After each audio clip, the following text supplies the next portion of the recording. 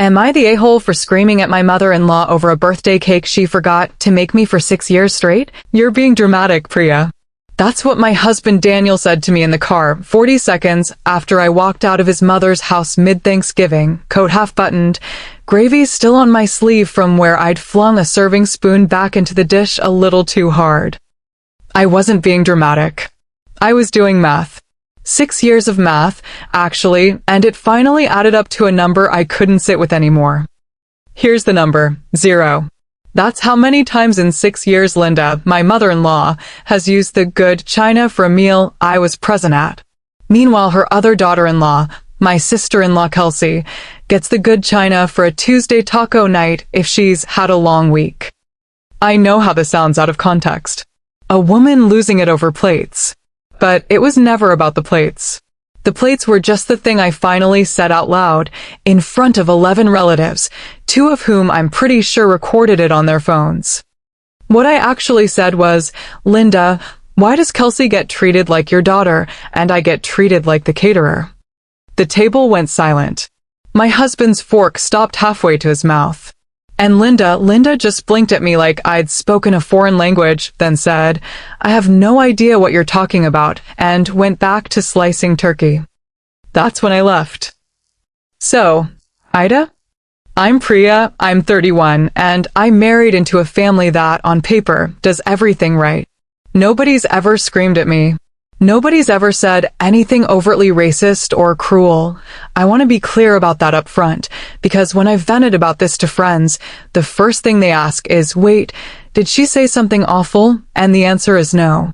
Linda has never said a single sentence I could screenshot and send to a lawyer. That's part of why this has taken 6 years to actually name.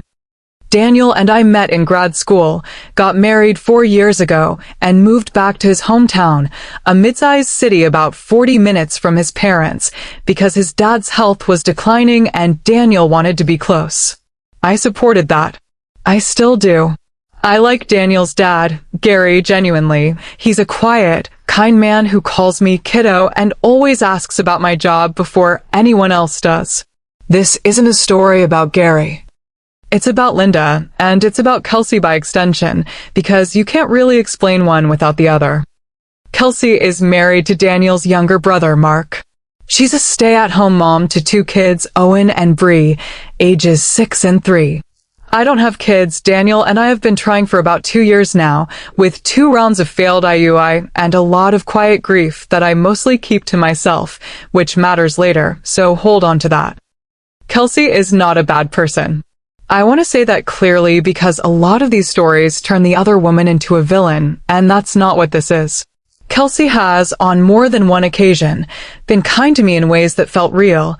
She once drove 45 minutes to bring me soup when I had the flu and Daniel was traveling for work. She's funny in a self-deprecating way. She's a genuinely engaged mom, and I don't think she has ever once consciously tried to make me feel less than in that house. The problem was never Kelsey directly. It was the space Linda made for her and didn't make for me. It started small enough that I didn't clock it as a pattern for years. My first Christmas with the family, everyone got a stocking with their name embroidered on it, except me. Daniel had one, Mark had one, Kelsey had one. They'd only been together 2 years at that point. Mine said guest in that puffy fabric paint you use for a last-minute craft. I told myself it was an oversight. New person, they ran out of time, whatever.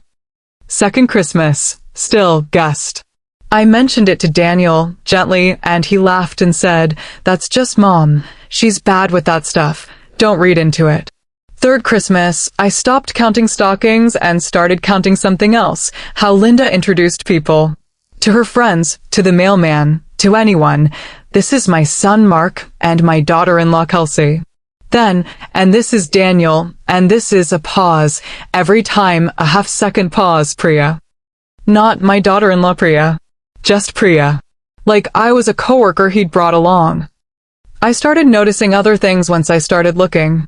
Kelsey has a designated coffee mug at Linda's house, a mug that says world's best daughter-in-law, which, sure, could be a bit, except Linda bought it for her unprompted in year 2 of her relationship with Mark. I have been married into this family for 4 years, and I drink out of whatever's in the cabinet, sometimes a Denver Broncos mug that isn't even Daniel's team. Kelsey's kids have a toy van at Linda's house, fully stocked, updated seasonally. When my niece and nephew from my own side visit, my sister has 2 kids. Linda has never once asked their names correctly on the first try, 3 years running. None of this, on its own, is a crime. That's the maddening part.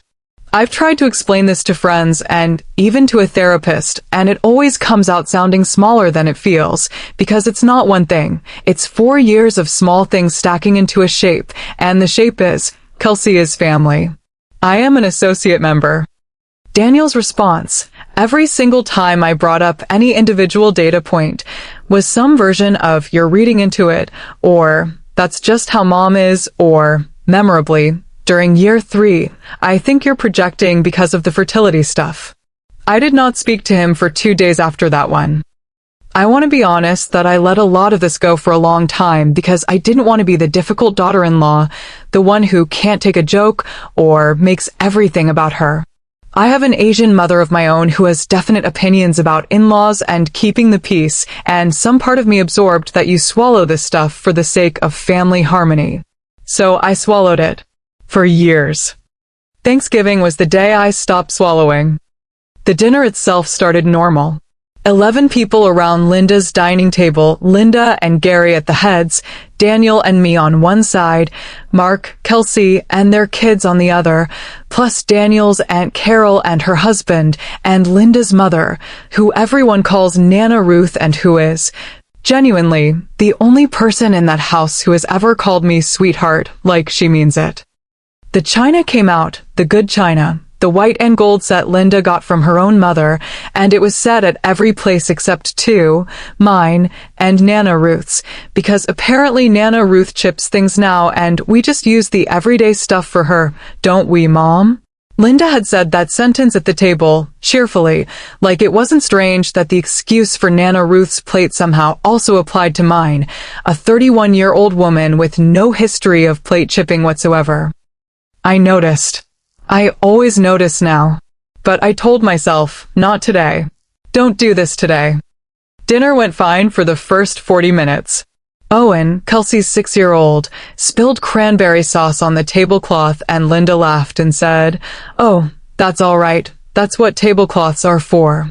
20 minutes later, I reached for the gravy boat a little too fast and my sleeve caught the edge of my water glass and it tipped, didn't even spill. Just wobbled, and Linda's head snapped over, and she said, sharp, not laughing at all, "Priya, careful. That's the good tablecloth." That was the moment. Not the biggest moment, objectively. But it was the one that cracked something. I put my fork down. I said, "It's fine, Linda. I didn't spill anything. I'm just saying, be careful." "You didn't say that to Owen." She blinked at me. "What?" "Owen actually spilled cranberry sauce on it 20 minutes ago, and you told him that's what tablecloths are for. I almost tipped a glass of water, and you told me to be careful." The table went quiet in that specific way where everyone suddenly finds their plate fascinating. Daniel's hand found my knee under the table, a small pressure, a silent, "Please stop." Linda laughed, a short, brittle laugh, and said, "Priya, he's 6. I'm not mad about the tablecloth, Linda. I'm asking why there's a different rule for me." "There's no different rule. I don't know what you want me to say." And this is the part where I should have let it go, where 6 years of practice told me to smile and pass the potatoes and cry about it in the car later like I always did. But something in me just didn't. I said, louder than I meant to, "Linda, why does Kelsey get treated like your daughter, and I get treated like the caterer?" Gary made a small noise, like a wince. Mark said, "Whoa, hey," Kelsey's face went white. I remember that specifically, because in the moment I read it as guilt, like she'd been caught, and it took me weeks to understand it was something else entirely. Linda set her fork down very precisely, the way she does everything, and said, "I have no idea what you're talking about," and picked her knife back up and kept cutting her turkey like I hadn't spoken. The going back to cutting turkey was worse than anything she could have said. I stood up, said something like, forget it, forget I said anything, grabbed my coat off the back of the chair, and left. Daniel followed me out about 90 seconds later, and that's where the story picked up, with him in the driver's seat telling me I was being dramatic while I sat there with gravy on my sleeve, doing the math one more time. I want to walk you through the next 96 hours because it genuinely felt like watching a controlled demolition of something I didn't know was that fragile. Daniel and I didn't talk much that night. He drove me home in silence except for one attempt, about 10 minutes in, where he said, I just don't get why you'd bring that up at Thanksgiving, in front of everyone, instead of talking to me about it, and I said, I have talked to you about it. For years. You tell me I'm imagining it, and he didn't have a response to that, so we just didn't talk. By the next morning, there was a family group chat, Fam Chat Turkey Fallen Leaf. Kelsey had named it 2 Thanksgivings ago, and nobody's ever changed it, and it had 47 unread messages. I'm not going to reconstruct every message, but the shape of it went like this. Mark went first, and Mark's whole personality is the reasonable one, which mostly means he says things like, I think everyone needs to take a breath whenever there's any conflict, ever, including the time someone burned popcorn. His message, hey everyone, rough night last night. Let's all just give it some space and talk in person. Group chats aren't the place for this. Which, fine, reasonable, except it was immediately followed by Aunt Carol, who does not believe in giving anything space, ever. I have to say I was shocked. Linda has done nothing but welcome Priya into this family. I don't think that kind of outburst was called for at a holiday dinner. That one stung, because Carol wasn't even there for 90% of the 6 years I'm talking about. She sees the family maybe 4 times a year. She has no idea what welcome has actually looked like day to day. But she has an opinion, and it landed in the chat first, which meant it set the frame everyone else responded to. Kelsey texted me privately, not in the group chat, about an hour after Carol's message. I want to include this because it's the first piece of what turned out to matter a lot later. She wrote, Hey, I don't want to get in the middle of the group chat stuff, but I wanted to reach out to you directly. Are you okay? That seemed like it had been building for a while. I didn't respond right away because I was angry and lumping her in with everyone else in my head, which I now think was unfair, but at the time it felt like self-preservation. Meanwhile, the group chat kept going. Nana Ruth, of all people, weighed in. She doesn't usually text. Someone must have read the thread to her or she dictated it, because the message came through in a very Nana Ruth cadence. I love Priya. I have always thought Linda treats her differently, and I've said so before. Someone had to say something. That message detonated the chat.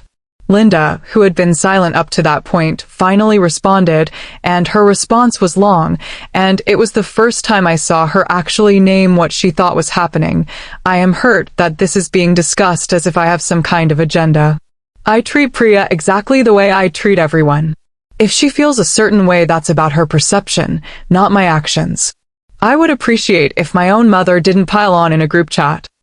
Nana Ruth, it's not piling on to tell the truth. Gary, who almost never posts, sent one message.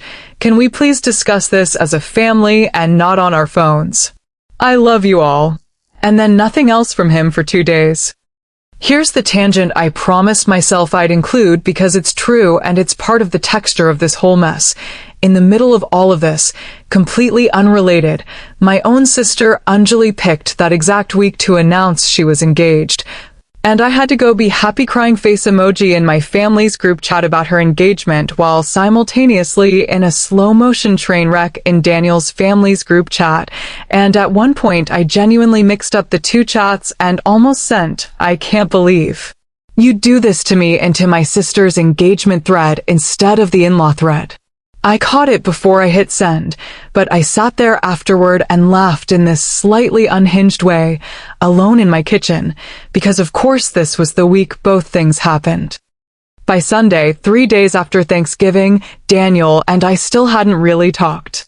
He'd been sleeping in the guest room, which we don't have a formal precedent for. That was new. In 6 years of marriage, we'd never done separate rooms during a fight, not even bad ones, and I remember thinking, this is the first time I've actually scared him, or scared myself, and I wasn't sure which.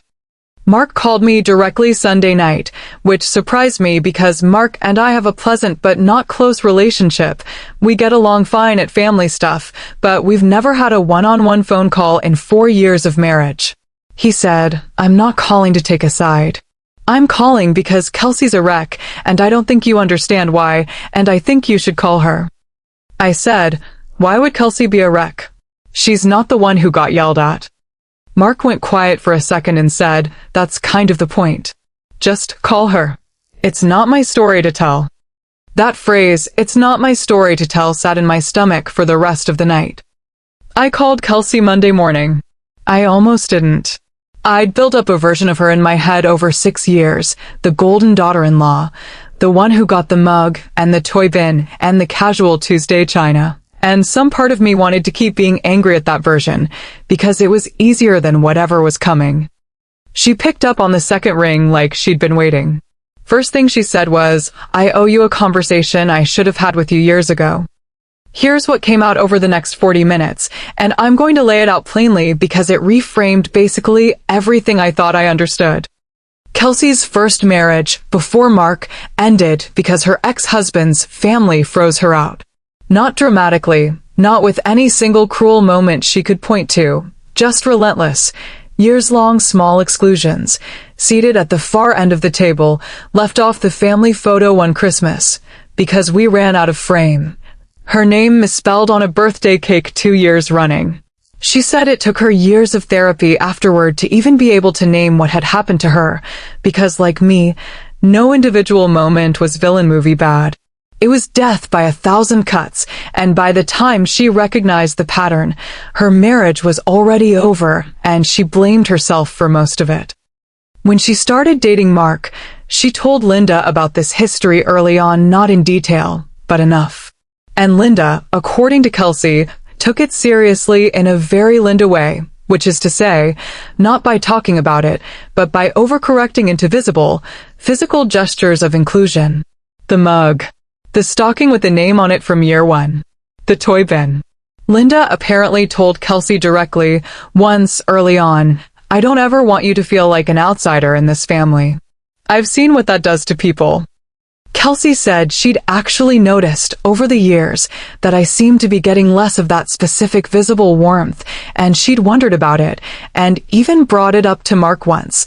This was maybe 2 years ago, and Mark had said something like, "Priya's fine. She's not the type who needs all that stuff," which Kelsey now thinks he was just repeating something Linda had said to him, a kind of family shorthand that had calcified into fact without anyone examining it. There's a version of this where Linda comes off pretty sympathetic, a woman who watched one daughter-in-law get hurt by exclusion and overcorrected so hard in the other direction that she created a new, quieter version of the same problem for a different woman.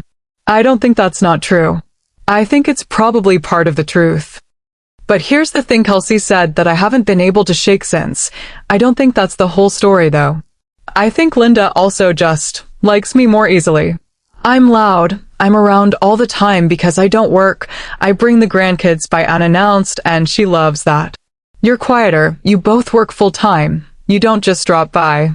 I think some of it really is effort-based favoritism dressed up as a trauma response, and I think Linda would rather believe it's all the first thing because that version doesn't require her to look at anything about herself. That distinction, a real wound driving some of it, but not all of it, is the thing that complicated everything for me. I'd spent 6 years building a story where Linda simply didn't see me as real family. Now I had a second story layered on top, where some of what looked like exclusion was actually a specific, learned overcorrection toward someone else that had nothing to do with me at all, and I'd absorbed the absence of it as rejection. Both things can be true. That's the part that's hard to sit with. I wasn't wrong that there's a gap. I might have been wrong about exactly what was causing all of it. I asked Kelsey why she never said any of this to me directly before. She said, because I didn't think it was my place, and honestly, because I felt guilty. Like I was the reason, even though I didn't ask for any of it. Then she said something that actually made me tear up in my kitchen. I used to leave family stuff feeling like the fraud who got adopted in, and you left looking like you had it all together and didn't need it. I think we both had it backwards about each other the whole time. Daniel and I finally sat down properly Tuesday night, 5 days after Thanksgiving, and I told him everything Kelsey had told me. He was quiet for a long time, long enough that I asked if he was even listening, and then he said, "I think I've been doing the same thing Mark does. Just repeating what Mom says about you without ever checking if it's true." That conversation is its own story, and a decent one, but it's not the one that matters for this post, because 2 days after that, Linda called and asked to come over to talk, just the two of us, and I said yes before I'd really thought it through. She sat on my couch with her coat still on, which felt significant, like she wasn't planning to stay long, or wasn't sure she'd be asked to. She started with, "I want to apologize for Thanksgiving," and I said, "Which part?" a little sharper than I meant to, and she flinched. "The tablecloth thing. I shouldn't have snapped at you like that." "That's not really what I'm upset about, Linda." "I know." She twisted her hands in her lap. "Kelsey called me. She told me she talked to you." "Okay." "I don't," she stopped, started again. "I don't think I do it on purpose. I want you to know that. I would never consciously treat you like less than my own daughter. I believe that you don't do it on purpose. I don't think that actually makes it not real, though. What do you want me to do, Priya? Genuinely. Tell me what you want." And I said the thing I'd been rehearsing since Sunday, the thing that had crystallized after Kelsey's call. I don't want an equal number of gestures. I don't need a matching mug. I want you to actually know things about me the way you know things about Kelsey. You know her kids' teachers' names. You've never once asked me how the IUI went, and you know we've been trying for 2 years, because Daniel told you. Not once. Not a text, not a call, nothing. That's not about a stalking, Linda. That's about whether you think my life is something worth paying attention to. She was quiet for a really long time. Then she said, "I didn't bring it up because I didn't want to make it worse for you. I thought asking would just remind you of something painful. It doesn't need bringing up gently. It needs bringing up at all. I didn't know that's what you needed." "I know. That's kind of the whole problem. You've decided what I need without ever asking, and what you've decided is that I don't need much." She started crying then, which I wasn't prepared for. Linda does not cry. In 6 years I'd never seen it, and she said, "I think I was scared of you a little. You're sharper than me. You and Daniel both went and got your fancy degrees, and I never went to college, and I think somewhere in my head I decided you didn't need me the way Kelsey needs me, because Kelsey needs help with the kids and rides places, and I feel useful to her. I didn't know what to be useful for with you. I didn't expect that.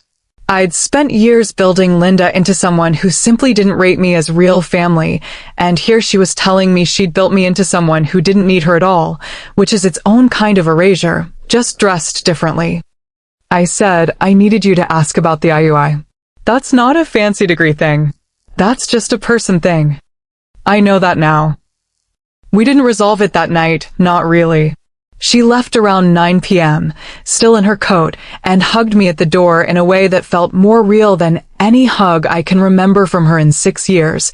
But a single good hug doesn't erase 6 years of stockings that said guest. It's been about 3 weeks since Thanksgiving.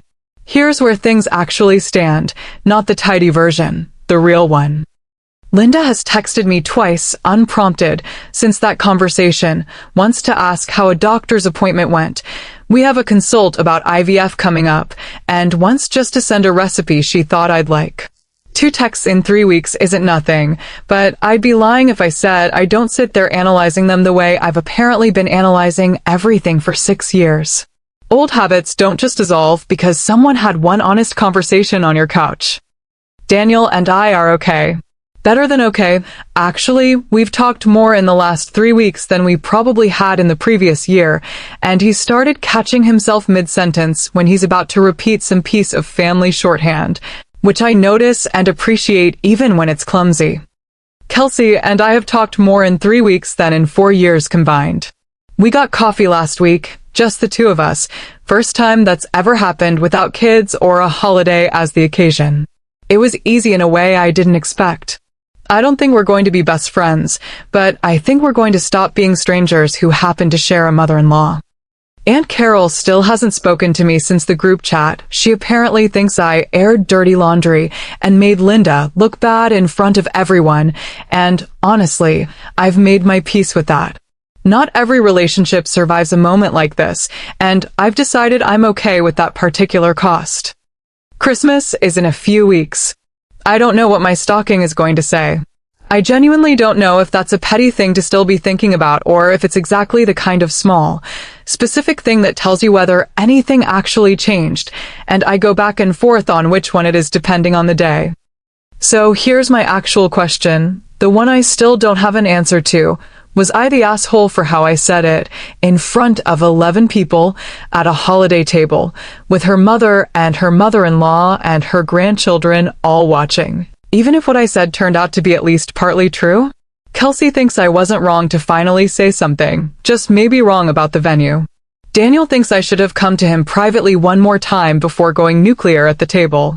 My own therapist, when I told her the whole thing, just asked me, how many private times did you already try, and let me sit with that. I don't have a clean answer. I know I embarrassed Linda in front of her own mother. I also know 6 years of quiet math doesn't just evaporate because you're worried about being the difficult one. Both of those things are true at the same time, and I genuinely don't know which one outweighs the other. AITA? Let me know in the comments.